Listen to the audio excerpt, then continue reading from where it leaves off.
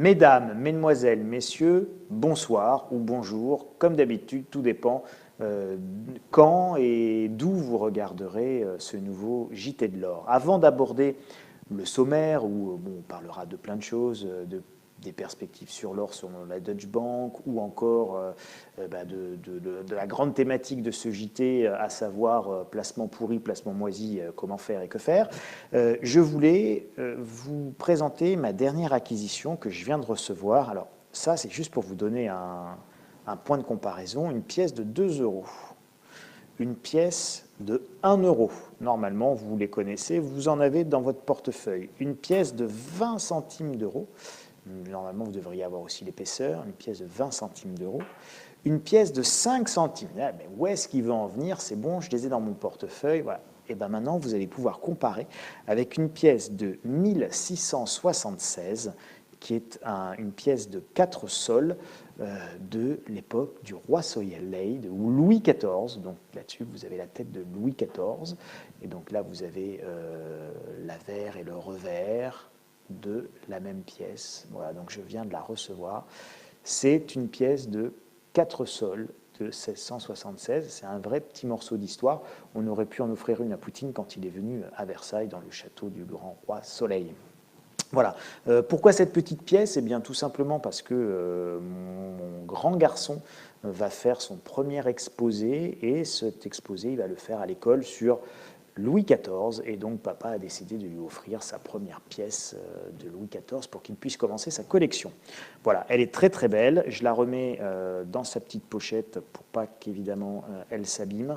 C'est une pièce qui est en état TB+, en termes de classification, si ça intéresse. Alors je vous mettrai une photo en incrustation d'écran. Je vous mettrai une photo, mais ça, cette pièce-là, c'est une pièce qui est en termes de collection classifiée TB+, en état, et c'est un état remarquable. Elle est extrêmement fine, et c'est une pièce, donc je vous disais, de 4 sols, 1676. Elle est très belle, elle est remarquablement bien, dans un très bon état.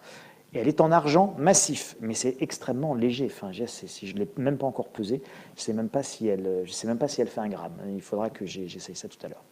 Voilà, donc ça c'était pour la petite histoire, et pour vous montrer par rapport aux autres pièces, et que vous puissiez un petit peu regarder la taille.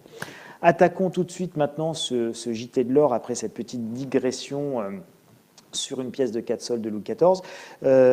Donc une information importante qui est la Deutsche Bank, qui est plutôt très favorable et très optimiste sur les cours de l'or, qu'elle voit vraiment s'envoler. C'est se préparer, les investisseurs doivent se préparer à vraiment l'envolée de l'or, en raison, et c'est ce qui est expliqué dans cet article, et qui cite une étude qui a été faite par la Deutsche Bank, excusez-moi, en raison du climat général d'incertitude. Voilà, et vous ne découvrirez rien en disant ça. Je ne vous apprendrai pas plus de choses. D'ailleurs, simplement, là c'est la Deutsche Bank qui le dit, donc c'est ça qui est important dans cette information. On va passer au sujet suivant, et le sujet suivant, et je voulais consacrer ce JT de l'or sur une partie relativement importante, sur quand on est coincé dans un placement. Donc moi j'ai appelé ça placement pourri, placement moisi. Et donc il y a vraiment le cycle psychologique de l'investisseur, le cycle des émotions de l'investisseur. Donc il y a ce graphique, pareil, je vous le mettrai en incrustation dans la vidéo pour que vous puissiez prendre le temps de faire pause si c'est nécessaire et de bien l'observer. Ce qui est très important, c'est qu'en fait, vous n'achetez pas quand c'est bas.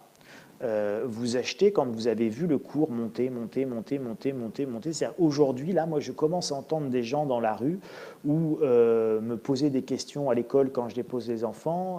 Dis-moi, Charles, est-ce qu'il faut acheter des bitcoins? Voilà. Est-ce que c'est le moment d'acheter du bitcoin? J'ai envie d'acheter du bitcoin. Mon beau-frère m'a parlé du bitcoin. Ma belle-sœur, qui est boulangère, m'a parlé du bitcoin. Elle m'a dit que si je plaçais 4% de mon patrimoine sur le bitcoin, eh bien, je serais multimilliardaire très certainement dans 10 ou 20 ans. Alors, vous pouvez placer 4% de votre patrimoine sur le bitcoin. Allez-y, je vous regarde.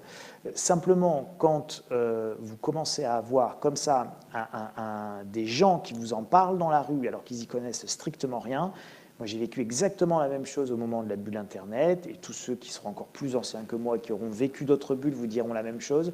Quand dans la rue, chez le boulanger, on commence à parler de ce genre de choses, alors je vous assure, c'est un signe terrible de bulle spéculative.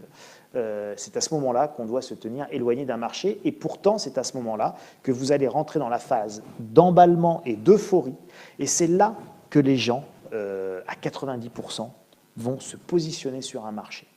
Donc on n'achète pas des actions Internet et Amazon en 1994 ou en 1995, on va acheter des actions Amazon en pleine bulle. On ne va pas acheter les actions Yahoo en 2001, après l'explosion de la bulle Internet. On l'achète effectivement en 99 ou en 2000, juste dans cette phase d'emballement, dans cette phase d'euphorie, et juste avant que les cours ne s'effondrent. Et donc quand les cours commencent à baisser, et c'est très bien expliqué, c'est une phase d'anxiété.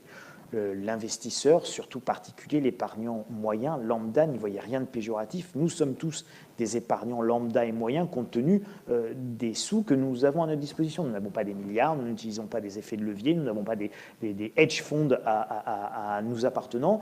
Donc nous sommes effectivement anxieux et nous avons peur de perdre le peu que nous avons.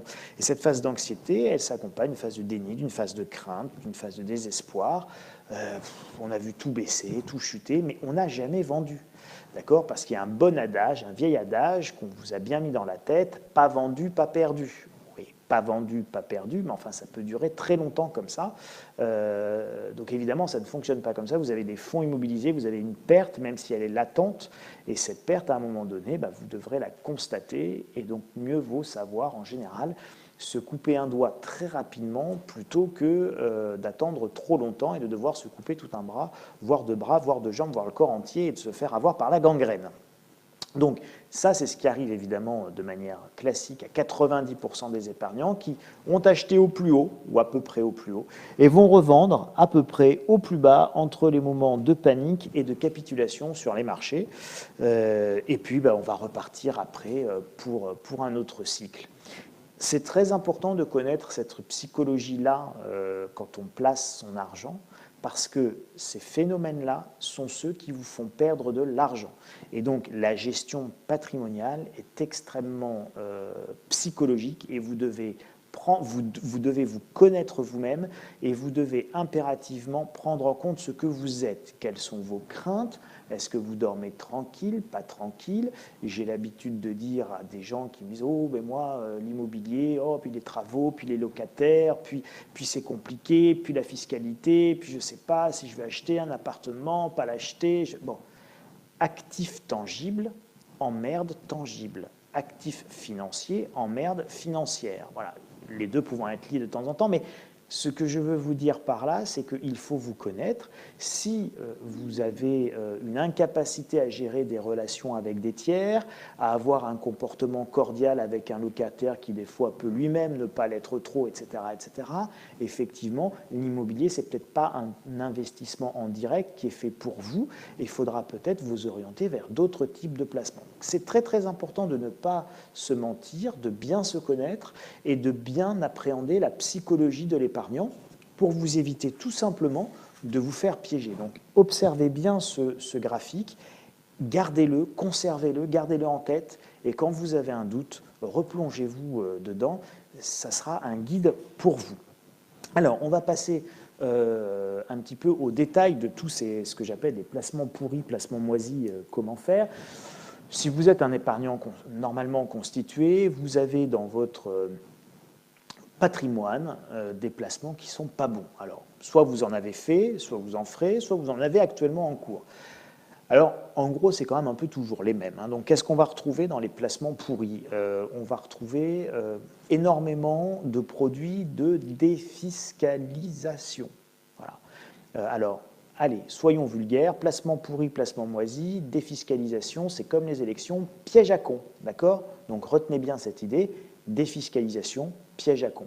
On ne place jamais son argent en raison d'une carotte fiscale parce qu'un vendeur vient vous voir et vous dit « Alors, monsieur, vous payez trop d'impôts ?» Oh, eh bien, ça tombe bien, j'ai une solution magique pour payer moins d'impôts. Mais cette solution magique, elle n'est pas magique.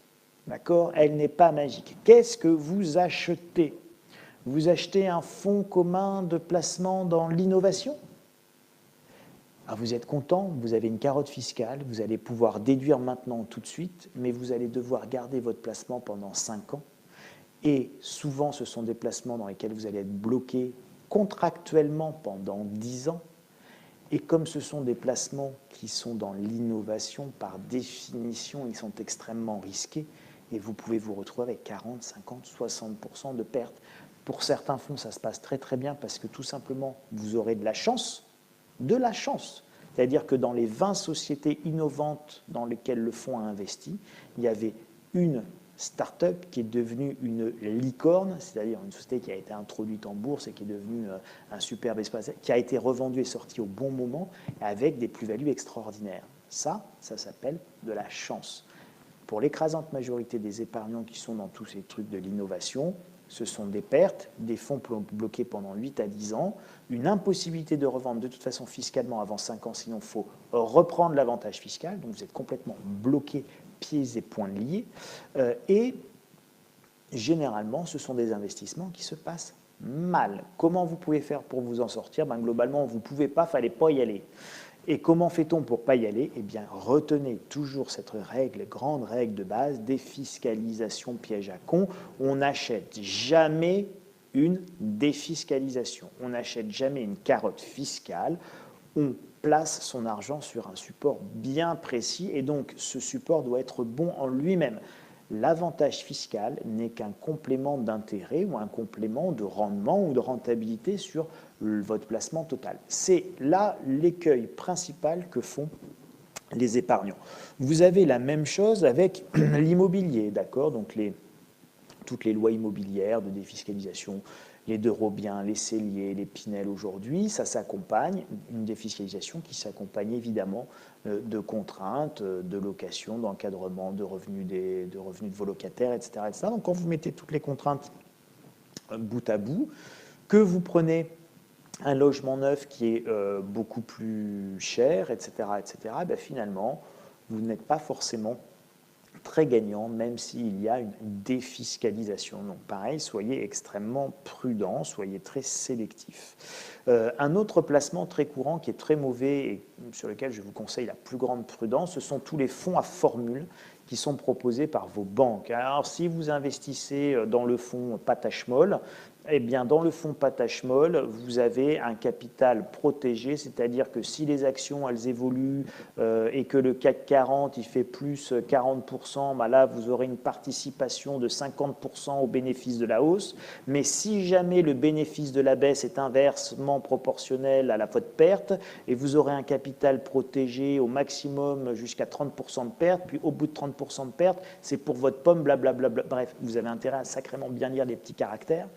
Ce sont des fonds qui, en général, sont bloqués, qui prévoient éventuellement des moments de sortie à plus 2 ans, à plus 3 ans, à plus 5 ans, puis c'est sur 5 ans, puis c'est... Bon, bref, n'y allez pas, d'accord? N'y allez pas. Dans les 5 ans qui viennent, regardez dans les 5 ans passés ou dans les 10 ans passés, combien de fois vous avez voulu ouvrir un produit financier pour épargner et combien de fois vous avez eu besoin d'aller piocher dans cette épargne, d'accord? C'est d'autant plus valable en fonction de votre âge. Quand on est jeune, en général, on a un fort besoin régulier d'aller taper dans son épargne, parce qu'on a un projet, parce que sa vie change, parce que finalement, on a une instabilité professionnelle, ou on a une instabilité affective, on était avec Perrine, on passe avec Pauline, etc., etc. Enfin bon, bref, ou inversement, on était avec Pierre, on passe avec Paul. Donc tout ça, c'est des éléments qui vont faire ne vous bloquer, qu'il ne faut pas aller se bloquer dans des placements sur des durées importantes. Quand on est un peu plus âgé, c'est un peu moins le cas, parce que d'abord, on a pu commencer à épargner, à constituer un patrimoine, et donc il y a une partie de ce patrimoine qui ne bouge plus comme une espèce de pied de trésorerie, si vous voulez, qui lui peut être placé effectivement à partir de ce moment-là sur des placements à durée beaucoup plus longue, parce que vous n'avez plus besoin de mobiliser votre argent. Donc, on a parlé des fonds à formule, faites attention, faites bien la distinction entre les capitales protégés et les capitales garantis. Généralement, le capital garanti, ce n'est valable que si on va jusqu'au bout du placement. Et sur tous ces produits-là, généralement, vous avez une liquidité qui n'est pas terrible et beaucoup de contraintes. L'épargne retraite, faites attention à l'épargne retraite. Quand on est très très jeune, faire de l'épargne retraite sur des PERP, c'est vraiment pas une bonne idée, quoi. D'accord. Donc j'ai épargné sur des placements liquides pour la simple et bonne raison que vous allez très certainement avoir besoin à un moment donné ou à un autre de vos sous. Donc n'allez pas vous les bloquer pour les retrouver éventuellement dans 40 ans. Parce que quand on a 20 ou 25 ans et qu'on commence à ouvrir un PERP pour cotiser pour sa retraite, c'est pour dans 40 ans. Bon, quand on a 25 ans, généralement, on ne sait pas ce qu'on va faire demain. Avant d'atteindre la retraite et les 40 ans, c'est totalement prématuré. Et donc, ça m'amène à un premier conseil qui est prenez des placements adaptés à votre vie et à votre âge. Ça, c'est très important. Vos placements doivent être adaptés à votre vie et ils doivent être adaptés à votre âge et à votre avancement et à votre avancée dans votre vie professionnelle, mais vie personnelle également. Dernier sujet que je voulais aborder, c'était les mauvais contrats d'assurance vie et tous les placements immobiliers sous forme SCPI. Donc, les mauvais contrats d'assurance vie, sachez qu'un contrat d'assurance vie, ça ne se transfère pas. Donc, quand vous avez ouvert un contrat d'assurance vie à la compagnie d'assurance vie sur la vie, eh ben, vous ne pouvez pas le transférer à la compagnie d'assurance vie sur l'assurance vie de la vie de la vie. Bon. Donc, vous êtes bloqué. Soit vous rachetez ce contrat d'assurance vie, vous pouvez le racheter, récupérer vos sous, le clôturer si vous en avez envie, en ouvrir un autre ailleurs. Vous pouvez aussi en ouvrir plusieurs, si c'est ce que vous souhaitez vraiment faire. Mais bon, vous savez ce que je pense des contrats d'assurance vie. En dehors d'un certain éventuels avantages fiscaux, attention, c'est soit des obligations, soit des actions. Les obligations, c'est de la dette. La dette, il ne faut pas y aller. Et les actions, elles sont très très chères. Donc je ne vous dis pas qu'il ne faut pas y aller, mais je vous dis que c'est surtout peut-être pas le moment. Et souvenez-vous du graphique sur la psychologie de l'investisseur. On est plutôt dans une phase euphorique. Enfin, tout ce qui va être les SCPI, donc les sociétés civiles de placement immobilier. Alors vous en avez plein de catégories, elles sont fiscales ou non fiscales, et elles sont à capital fixe ou à capital variable. Alors, une SCPI fiscale, c'est quoi? C'est une SCPI qui vous donne un avantage fiscal et qui va vous permettre de faire une déduction. Défiscalisation, piège à con, SCPI fiscale, c'est pareil, vous allez faire une déduction, ça va s'accompagner d'un certain nombre de règles qui vont vous bloquer. Donc, il faut en être conscient, ce n'est pas forcément une mauvaise idée, je vous dis simplement, attention, il y a des contreparties à la défiscalisation. Donc soyez prudents et n'oubliez jamais que quand il y a une défiscalisation, en général, il y a une surfacturation. Donc qu'est-ce qu'on retient? Défiscalisation, piège à con, défiscalisation, surfacturation. Voilà, donc là, normalement, le moyen mémotechnique, il est clair et il est simple. On surpaye toujours tout ce qui est défiscalisé. Quand les panneaux solaires sont défiscalisés, ils sont très chers.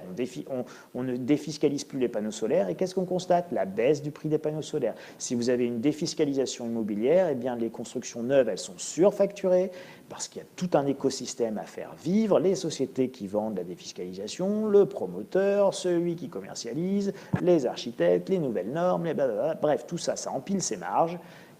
Et à l'arrivée, le couillon qui paye, c'est évidemment celui qui veut bénéficier d'une super carotte fiscale. Bon.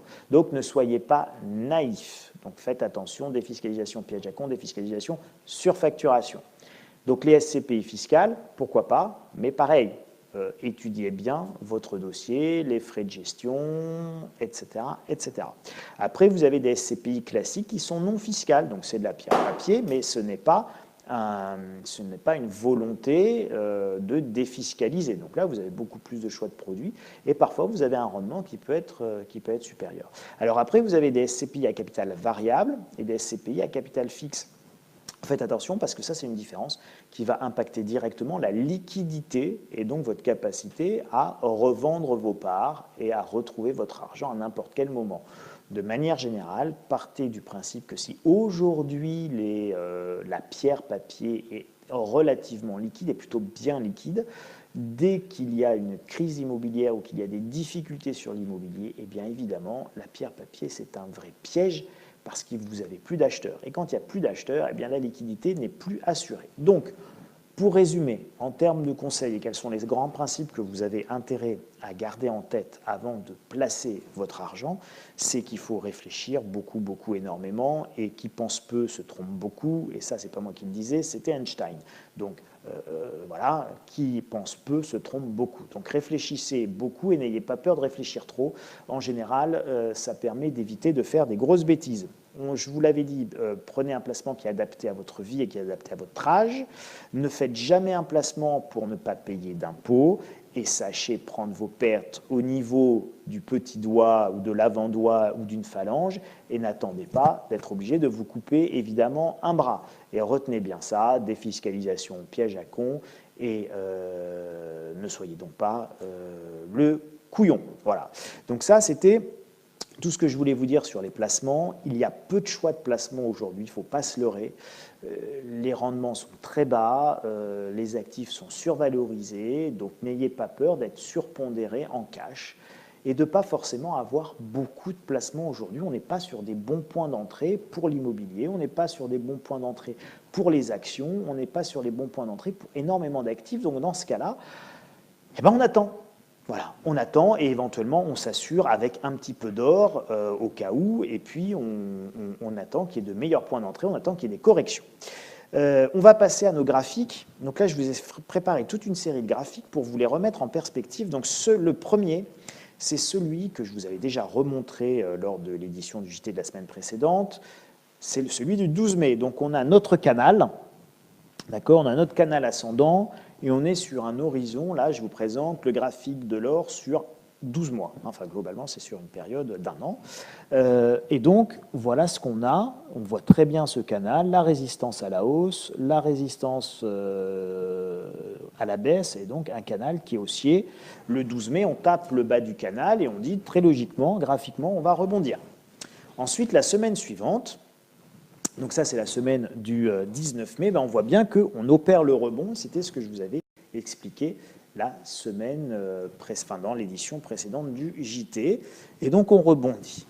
Et puis, cette semaine, il s'est passé un petit peu de temps, puisque vendredi dernier, c'était le viaduc, le grand pont, etc. J'en ai profité.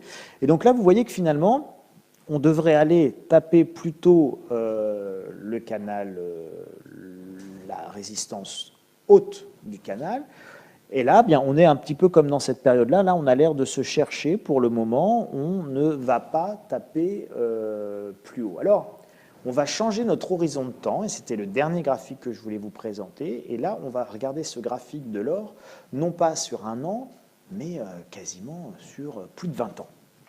Et donc là, on va se rendre compte qu'on a une figure qu'on appelle une figure en drapeau, et qu'on a une immense résistance ici, une immense résistance en bas, et que donc on arrive à ce moment un petit peu clé. Est-ce qu'on va sortir par le haut ou est-ce qu'on va sortir par le bas de ce drapeau? Et on voit qu'en fait, on va aller taper sur la résistance, qui est une résistance à la hausse, mais qui est une résistance qui est beaucoup plus, que on ne voit que sur un horizon de temps qui est bien plus large et bien plus vaste que le petit canal haussier que l'on voyait sur un an. Et donc, ce qu'on voit sur une durée d'un an n'est pas la même chose que ce que l'on voit graphiquement sur une durée de plus de 20 ans, puisque ce graphique commence en 1995. Alors, que va-t-il se passer? Très certainement, à mon sens, on va pouvoir encore aller vers le bas, avoir encore peut-être des dernières corrections, mais il est fort probable que l'on finisse, compte tenu des incertitudes, par sortir par le haut, évidemment, de ce drapeau. Et ça rejoint ce que dit la Deutsche Bank, préparez-vous à un envol de l'or. Si jamais on sort par le haut de cette grande résistance, eh bien évidemment, graphiquement, nous aurons un signal haussier absolument majeur, et donc on pourra et on peut assister à un envol des prix du métal jaune. Alors, dernière question que je vais vous poser, est-ce que du coup c'est le moment de rentrer sur l'or? Eh bien, vous connaissez mon point de vue. Les fondamentaux économiques sont désastreux, ils ne sont pas meilleurs aujourd'hui qu'hier ou qu'avant-hier. Rien n'a été réglé, notamment en Europe, donc les fondamentaux ne sont pas bons. Donc c'est toujours le moment de rentrer dans l'or, et vous connaissez mon point de vue. Je vous demande, ou je vous propose, de le corréler à ce graphique sur la psychologie des investisseurs. Et la seule manière de ne pas se faire avoir par la psychologie négative des investisseurs, par nos erreurs de psychologie, eh bien, c'est pour être sûr de ne pas investir dans justement les phases qui sont des phases d'euphorie ou de se faire avoir dans des phases de panique ou de capitulation, eh bien, c'est tout simplement d'avoir une discipline de gestion, une discipline d'investissement et une discipline patrimoniale. Ça veut dire quoi? Ça veut dire qu'en fait, on s'en fiche de savoir ça. C'est très intéressant, intellectuellement, je vous le partage parce que je trouve ça passionnant. Mais en fait, en réalité, on s'en fiche. Si les fondamentaux économiques sont mauvais, alors il est tout le temps de bonne loi et c'est tout le temps le moment d'acheter de l'or. Et on en achète tout simplement régulièrement et on moyenne, on lisse son cours d'achat et son point d'entrée. Et en faisant ça, eh bien évidemment, on se désensibilise des évolutions et des grandes variations et on se désensibilise également de ses propres errements psychologiques qui sont liés, comme je vous les ai montrés tout à l'heure dans ce graphique, à la psychologie de l'épargnant et de l'investisseur. Et à ce moment-là, eh bien, on moyenne, on lisse, on se désensibilise à tout ça. Et là, on a vraiment une vision patrimoniale. On n'est pas dans de la spéculation, on est dans une vision patrimoniale.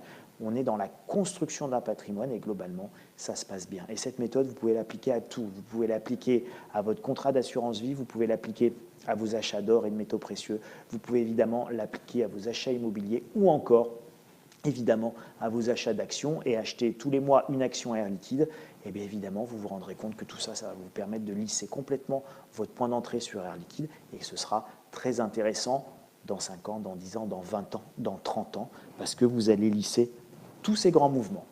C'est sur ces bonnes paroles que je vous laisse. Mes chers amis, je vous dis à très bientôt. Merci, un grand merci pour votre attention. N'hésitez pas, alors il paraît qu'il faut dire mettez des pouces, non, des pouces bleus, pas des comme ça veut dire que vous n'aimez pas. Il faut mettre des pouces bleus comme ça en disant j'aime. Vous pouvez vous abonner et sur la chaîne YouTube Insolentiae TV. Et puis aussi, n'hésitez pas à venir sur le site insolentiae.com pour vous abonner là aussi gratuitement et recevoir la lettre d'information quotidienne sur les informations économiques clés pour bien comprendre tout ce qui se passe. Merci beaucoup, à bientôt. Au revoir.